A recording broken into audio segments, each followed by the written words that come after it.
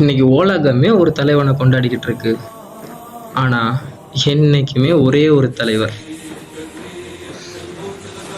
Photo இல்ல, video இல்ல, சொன்ன வார்த்தை இல்ல, ரெக்கார்டு இல்ல, பாட்டு இல்ல, படம் இல்ல, கவிதை இல்ல, கலைஞன் இல்ல, எதுவுமே இல்லாம ஒரு உண்மையா உலகத்துல ஒன்னும் தெரியாம ஒண்ணுமே அறியாம வளர்ந்து ஆளாகி ஒரு சமூகத்தை உருவாக்கி தன்னோட அப்புறம் வரப்போற ஒவ்வொரு ஜெனரேஷனும் அதை விட அதிகமான பாசத்தை உள்ளுக்குள்ள விதைச்சி நெஞ்சுக்குள்ள புதைச்சி தன்னோட அன்பை விட உயிரை விட அதிகமா நினைச்சு கொண்டாடிக்கிட்டு இருக்க உலகத்தையே ரூல் பண்ணி அவரோட வாசகங்கள் வசனங்கள் ஒண்ணு கூட அசையாம அழுங்காம குலுங்காம மறுக்காம வெறுக்காம சந்தேகம் கூட படாம அந்த ஒருத்தரோட கனவுகளையும் அந்த ஒருத்தர் சொன்ன விஷயங்களையும் எந்தவித சந்தேகமும் இல்லாம உறுதியை நம்பிக்கிட்டு இருக்க ஒரே ஒரு தலைவர் இருக்காரு, முஹம்மது ஸல்லல்லாஹு அலைஹி வஸல்லம்.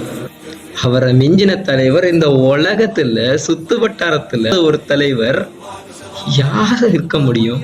அவருக்கு நிகர ஈடா யார கொண்டு வர முடியும்? So think always.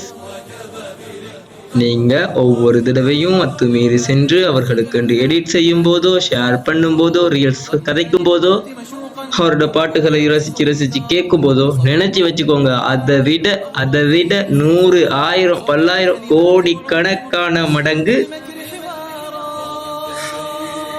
ஆட்சி வளம் கொண்டு அன்பு வச்சிருக்க ஒருத்தரை இஸ்லாம் கொண்டாடிட்டு இருந்தது, இருக்குது, இருக்கும்.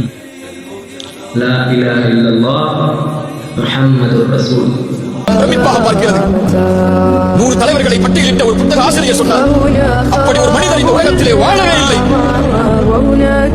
குடும்பத்தோடு ஆட்சியை நிர்வகித்துக் கொண்டு, பொருளாதாரத்தை நிர்வகித்துக் கொண்டு, சமூகத்தை வழிநடத்தி, தோழர்களை வழிநடத்தி, மனைவிக்கும் பிள்ளைகளுக்கும் கடமைகள் செய்து, அரசியலை நிர்ணயித்து, ஆட்சியை நிர்ணயித்து, போர்க்களங்களில் கலந்து கொண்டு, சமூகம், அரசியல், குடும்பம் என எல்லா துறைகளிலும் இருந்த ஒரு தலைவரை இவரை போன்று உலகம் காணவில்லை.